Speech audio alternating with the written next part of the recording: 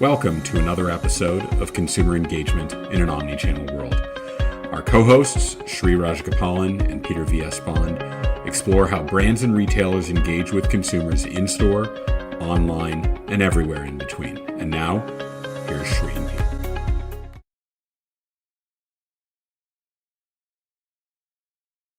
Welcome to episode 106, a six-part series Sri and Peter are doing with Bryan Gildenberg, the man, the legend, the hero of the CPG industry, a mentor of mine. I've learned a ton from Bryan over the years on just the evolution of the CPG industry and how to distinguish right and wrong and how to push for the right things in the industry to deliver quality products at value for the consumer and always put the consumer in the center. So our series is called the Omnichannel Shopper 2020, anchored on consumer engagement in the omnichannel world. And this episode, first episode, focuses on the 2020 shopper and their habits. Without further ado, Bryan, please introduce yourself. Oh, sure. And thank you, Sri, for the way too kind words. And I've probably learned more from you than you've learned from me. Peter, greetings as well. My name is Bryan Gildenberg. I'm currently the SVP of Commerce for the Omnicom Retail Group, a collection of sort of what we call commerce and conversion marketing agencies that specialize in the retail, both physical and digital world. Probably know some of those brands better as the individual operating companies, Tracy Locke, Integer, Haygarth, TMA, and TPN. Prior to that, many of you know that I was the Chief Knowledge Officer, which is the silliest title I ever created for myself, at Kantar, and oversaw the systematic study of retail that Kantar did around the world. So, and have been following e-commerce pretty carefully since, gosh, I don't even know when, probably 2008, I want to say, sometime around there. So, so not too long after Amazon started ramping up. Thank you so much, Bryan. So we'll jump right into episode 1, again, the Omnichannel Shopper 2020. So as we think about the evolution of the shopper, COVID hit us in March. It's been about 3 months. I think very clearly we can all concur that we are now in a new shopping base.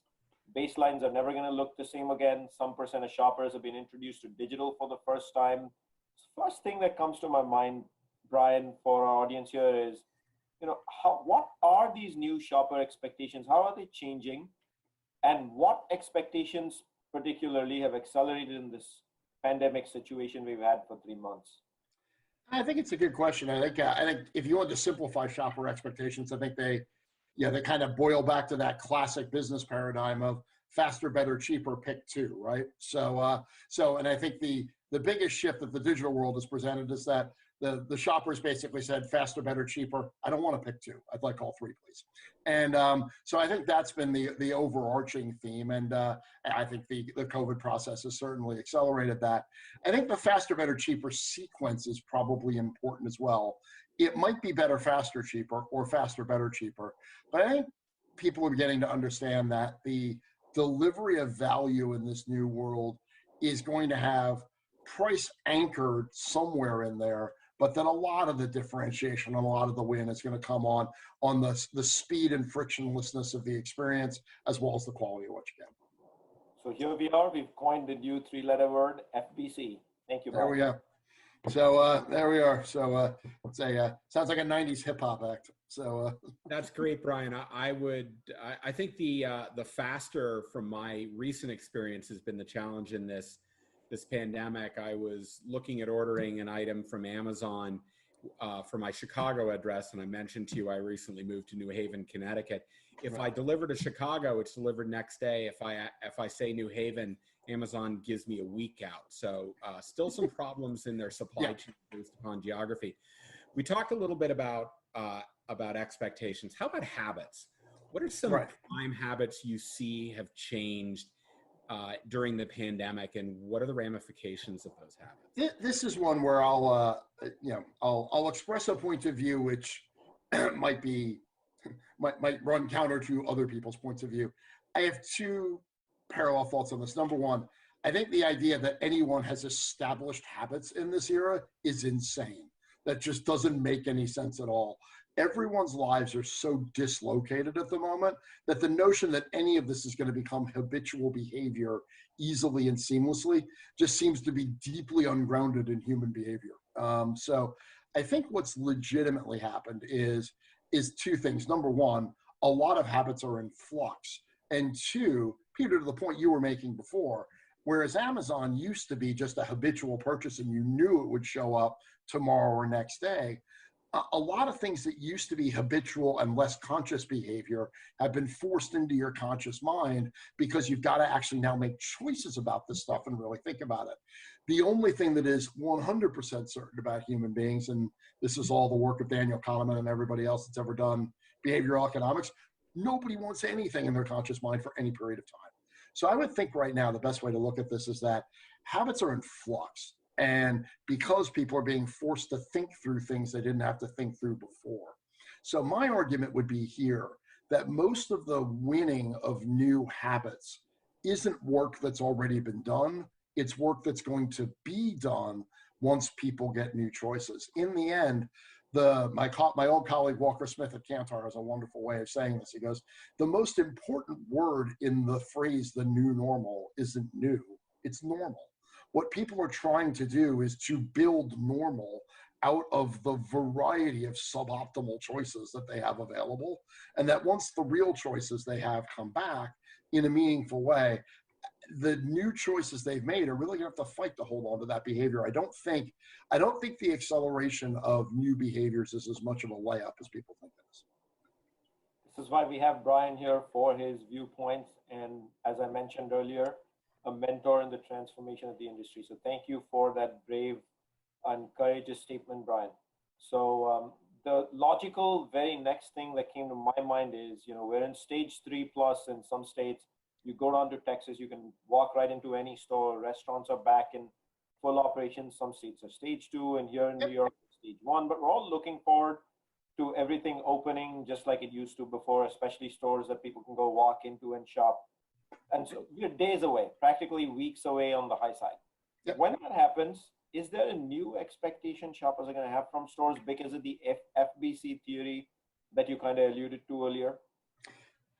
Yeah, well, I think there's two things. I think some of this will, to Sri, to your excellent point, it's going to vary a lot by region. And I think there's one big implication to that, which we'll get back to. But yeah, you clearly look, hygiene is the new whatever. I think is still going to be a very real and true thing. And that either from a consumer satisfaction point of view, just straight up from a liability point of view, I think retail stores are going to have to spend a lot more time cleaning themselves than they have in the past.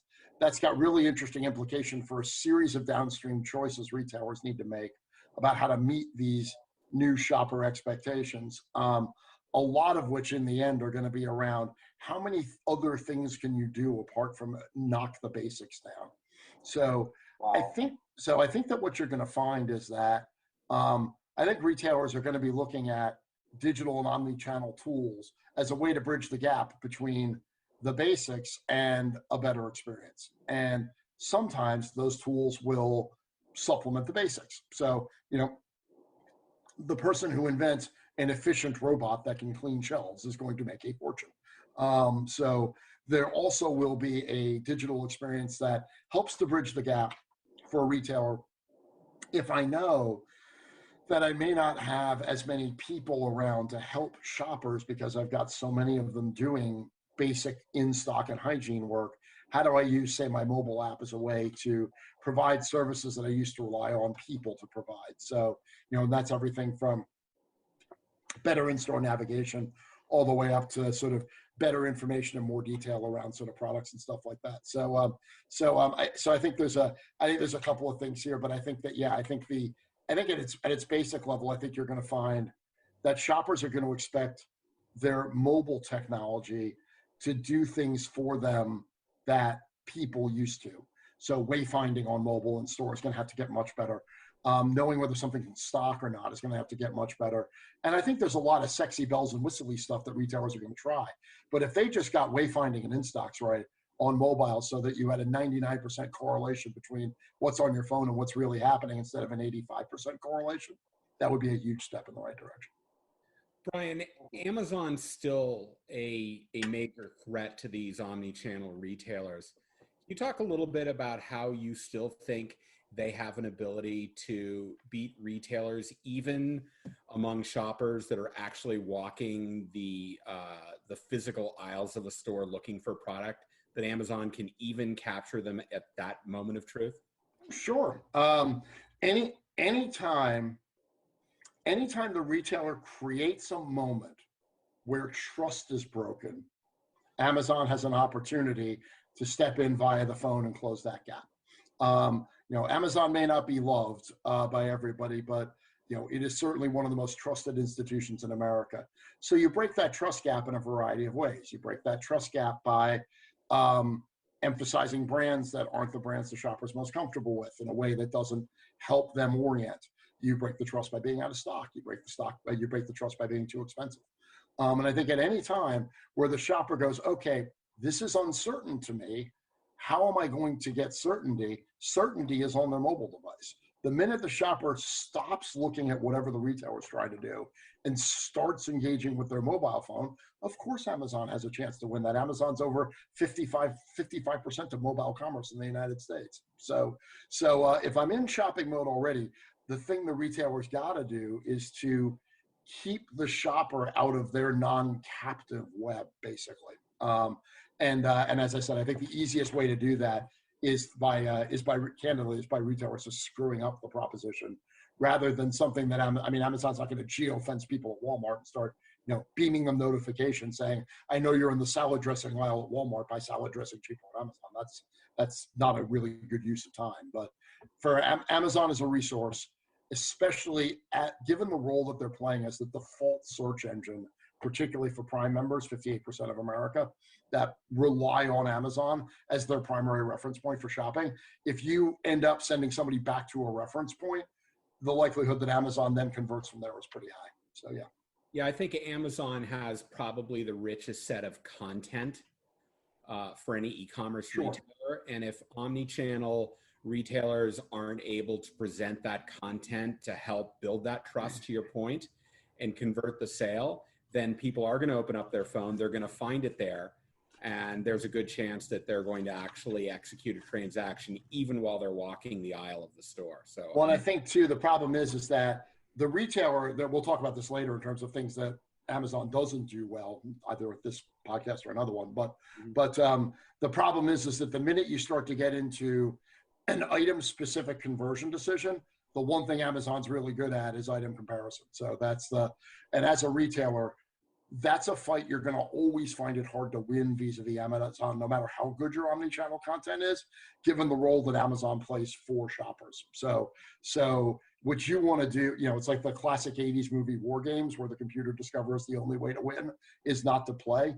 The only way to win an item level selection battle with Amazon is to not have the shopper use Amazon as if you're another retailer for that process. So very good. Very good.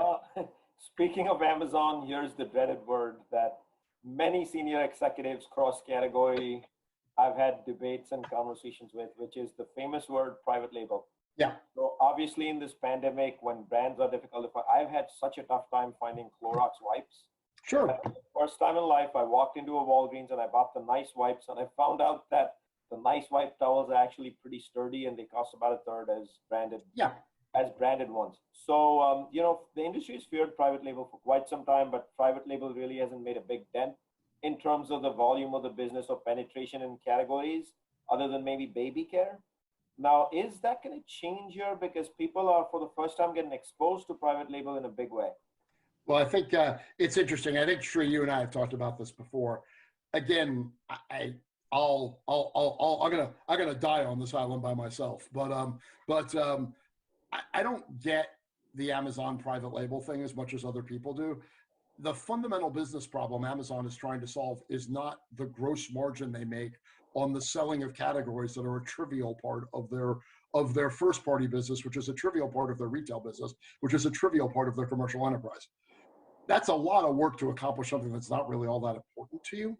And as a result, I just don't think Amazon's got the same gut level motivation to build a great private label program that other retailers would.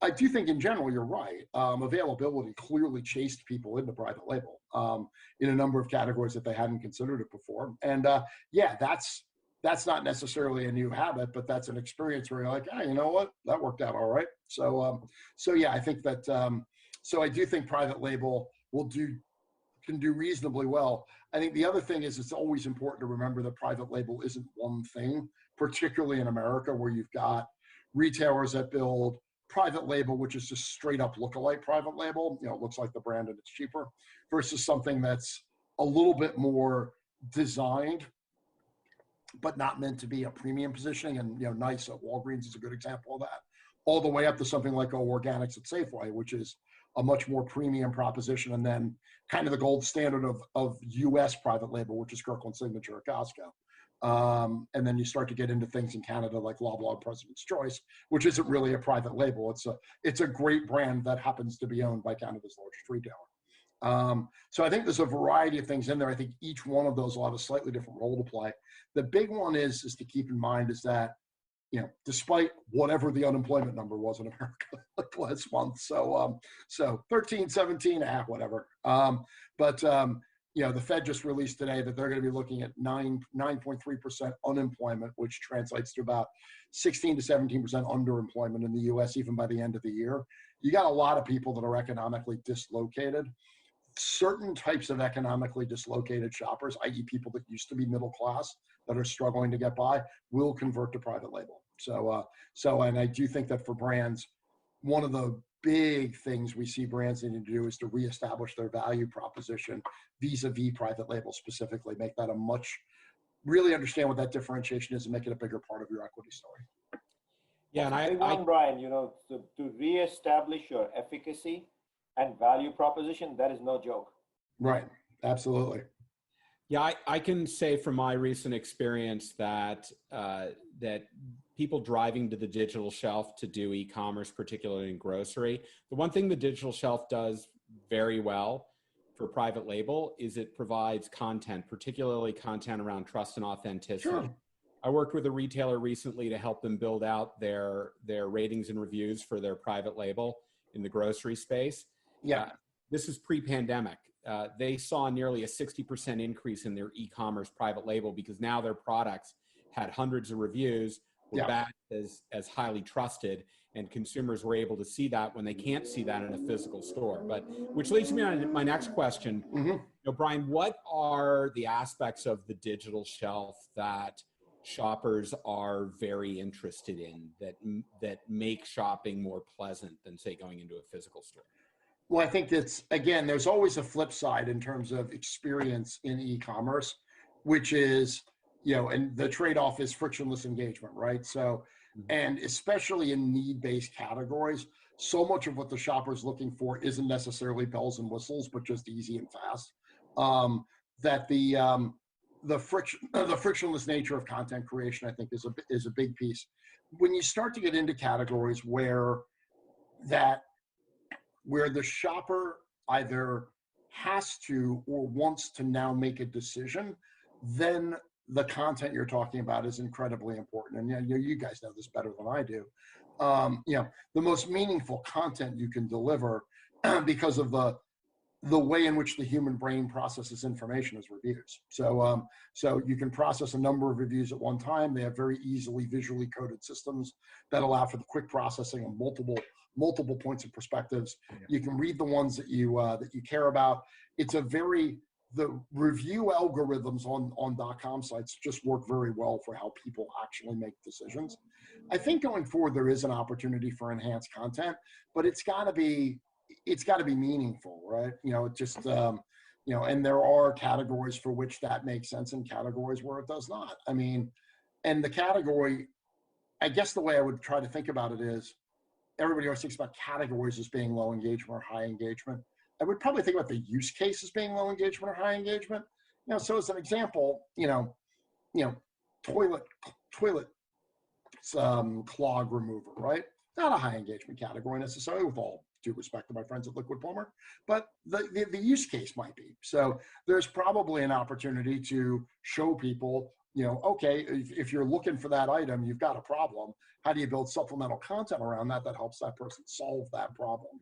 I think that's probably the way to think about it, which is, where are the use cases going to create something meaningful that somebody would be interested in, rather than how do I get them interested in the brand, which seems to be where a lot of that conversation starts, and where a lot of the suboptimal content clutters the screen. So, Bryan, speaking to high engagement and low engagement with content, one of the things that I was just thinking through real fast here was, when there's higher engagement categories, will there be a new kind of somewhat of a behavioral shift to online only in certain categories? I know you said previously already to one of the questions that don't expect radical change in behavior because this is forced upon all of us. So we're going to go back to something that may change slightly. But if I think category by category, I think what's clear to me, Bryan, is cleaning products is going to have a much higher penetration online go forward period. Any other category that really comes to mind for you for higher engagement, therefore higher conversion online versus what it used to be? It's an interesting way to frame the problem. One, I think I was probably got a little over my skis with that I don't think everything's just going to go back to normal, by the way, just so we know. I just think that assuming that the habits that people have now are going to continue, that's the part where I get a little worried. That just doesn't make a ton of sense. I think that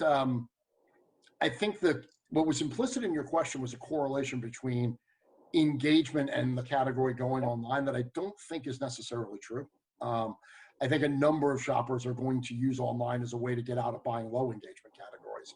And in essence, when you look at how the massive growth that Costco has seen during COVID, Costco is an exercise in, I like a high engagement shopping experience in which I can buy a huge number of categories I never want to buy. So, because I'm going to buy 137 million days of the product and never worry about it again. And so I think that blend is going to be really, really interesting. So I think there's a segment of shoppers who can afford to pantry load, who are going to find retail not the world's greatest experience, that are going to look to channels like Club and online as a way to pantry load themselves out of a shopping trip. So I think that's going to be a big piece of this. And then from an engagement point of view, look, I mean, there are a bunch of categories that we've all had to buy online in the last 2 or 3 months because the stores were closed. And, this may change the way people buy. I think in particular, it'd be interesting if I had one piece of research I could do on this, it would be to assess people's satisfaction with the seasonal preparation for summer that they had to do online. And do seasons become something I start to do online, perhaps because I know how? One of the big problems that Amazon has always had in seasons is because it's a combination of items that you don't usually buy, so the algorithm can never learn it properly, which is one of the reasons why brick and mortar retailers tend to outperform Amazon seasonally, except at Christmas, obviously. But so I think there's some interesting questions in there around what will drive consumers to move to online and whether that's high engagement or low engagement. Hey, Bryan, have you seen any indication that consumers have greatly expanded the portfolio of retailers that they're shopping from during the pandemic, or did they were buying in Target, they'd go to Target.com. They were buying in Walmart, they went to Target.com, or they bought in Grocery X and they went to Instacart shopping at Grocery X? I think a lot of that was just based on, I think a lot of the change in portfolio was based more on availability than conscious choice. And yes, I think you saw more shoppers using resources like Target.com, Kroger.com, and SamsClub.com in particular as solutions to getting consumables. It's really important to remember what a small percentage of the U.S. population use any of those websites. So I mean, the basis point share gain that those three retailers had in household penetration, I think is less in aggregate than Amazon had an increase in household penetration in the purchase of consumables during COVID. So Amazon's growth rate is lower because they already have 30% of America buying consumables. So Amazon going from 30 to 37 is a 20-something percentage growth rate, Kroger going from 0.4% of America to 1.2 is a 300% increase, and everybody starts talking about it. So Amazon, to some degree, you always have to remember the law of large numbers with them from a penetration perspective. So Bryan, I wanted to go back to the high touch and engagement versus low touch and engagement. One of the things, again, that the industry has been faced with is this whole notion of UGC, or ratings and reviews, and brand trust, authenticity. Peter and I have had 2 exclusive episodes in the past on these podcasts on brand trust and authenticity and ratings and reviews, right? If you go into a low touch world, do ratings and reviews even matter in the first place? And then I see the great retail divide. You got Amazon, which has its own ecosystem of reviews.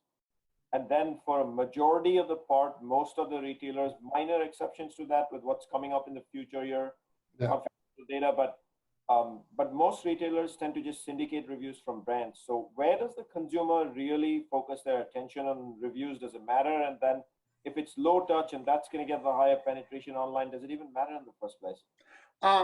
Well, I mean, I think you get into an interesting question there around initial purchase versus repeat purchase, right? So, if you're looking at the consumables world, the vast quantity of consumables that are bought every day are bought by someone who's already made a decision that's just looking to fulfill a decision they made weeks, months, or years ago.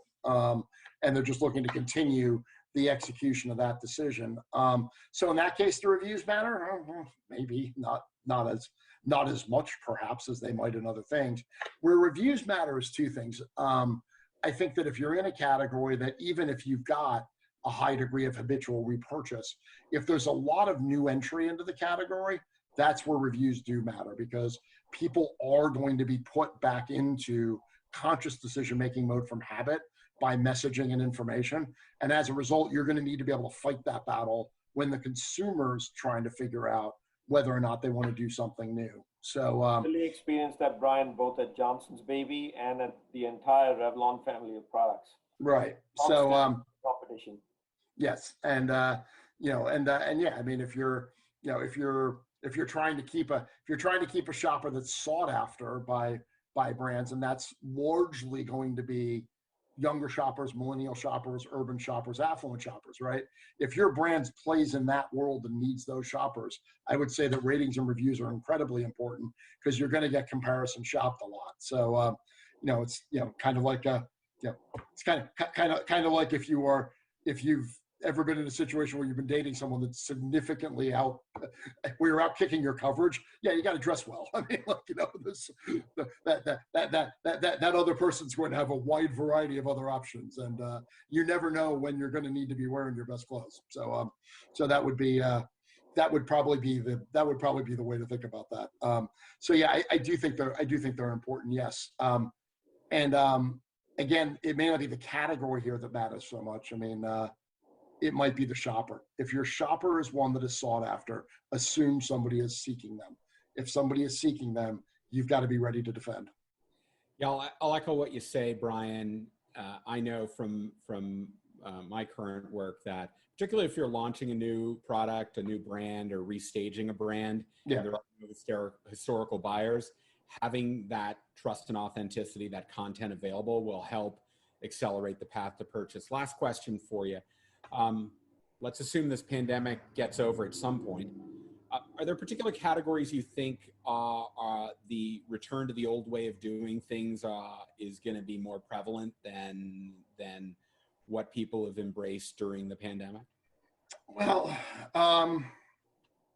yeah, I think if you're, I think if you're looking at a couple of these, number one, I do think, I think apparel is going to be a wide open question. And that's got enormous implications for the economics of the physical footprints that sell things, in that a disproportionate amount of the profit in the U.S. retail ecosystem is driven by apparel. So whether you're a mall or whether you're Target or Walmart, the relationship people have to new clothes, which has been fundamentally changed at this point, how that relationship restarts is going to be fascinating, because that's one where obviously we're not going to keep our COVID habits because we have to go outside again. But at the same time, I think that gets weird in a hurry.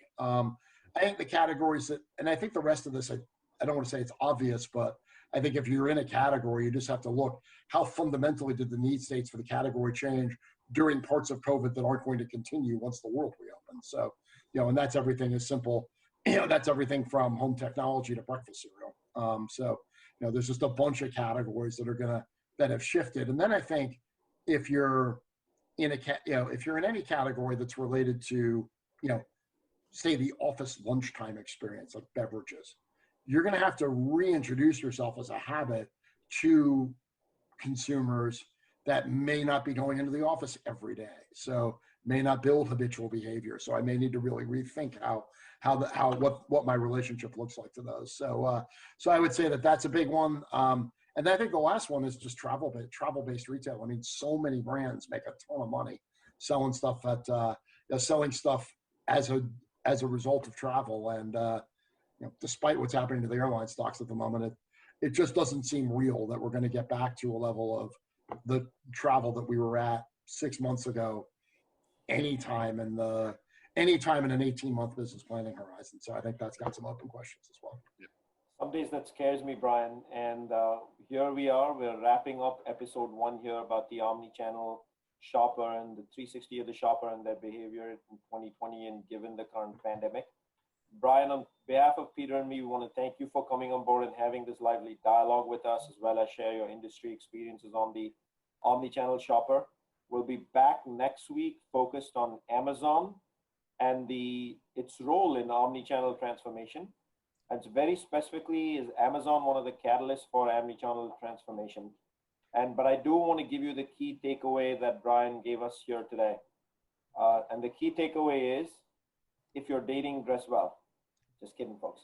So, but do catch us and follow us at the hashtag below on LinkedIn, hashtag Shri and PVSB, and is AND, Shri and PVSB. You can also catch our link here for all our episodes as a playlist on YouTube. So you can go back and watch episode 1 through 6. And this is number 7. And if you are more of the type that likes to listen to a podcast, you can catch the link right here, which has every single one of our episodes in podcast formats across the platforms that are most beloved, whether it be Apple, Spotify, a total of 10 plus platforms for you to choose. So thank you folks for listening in. Thank you, Bryan. And we'll be back with the next episode, Amazon's role in omnichannel transformation, very soon. Looking forward to it, guys.